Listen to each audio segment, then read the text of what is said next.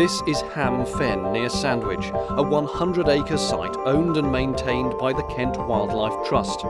They've been running a project here for 13 years to reinvigorate the fenland and wetland, and they're using this little chap to do it.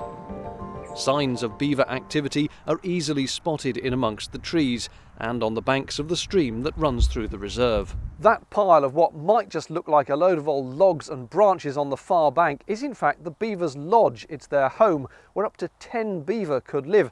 There's an entrance under the water level and they'll go in and up and into a nice dry warm area. Now we suspect that that's a current beaver home, because if you go a couple of yards further down the bank and look on the far side, you can see some recently stripped branches which indicate that beaver were active here, well, as recently as last night.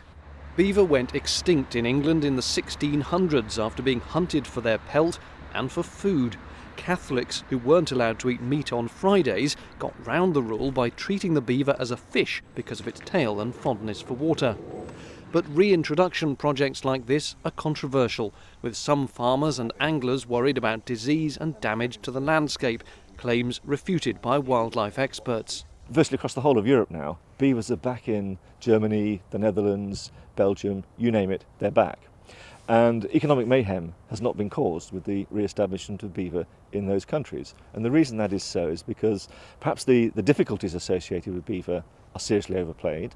And secondly, that in those countries, particularly Germany and the Netherlands, they actually manage the beaver situation. These canals were dug entirely by the beavers. They build them to be highways around their patch so they can stay safely underwater while travelling to look for food.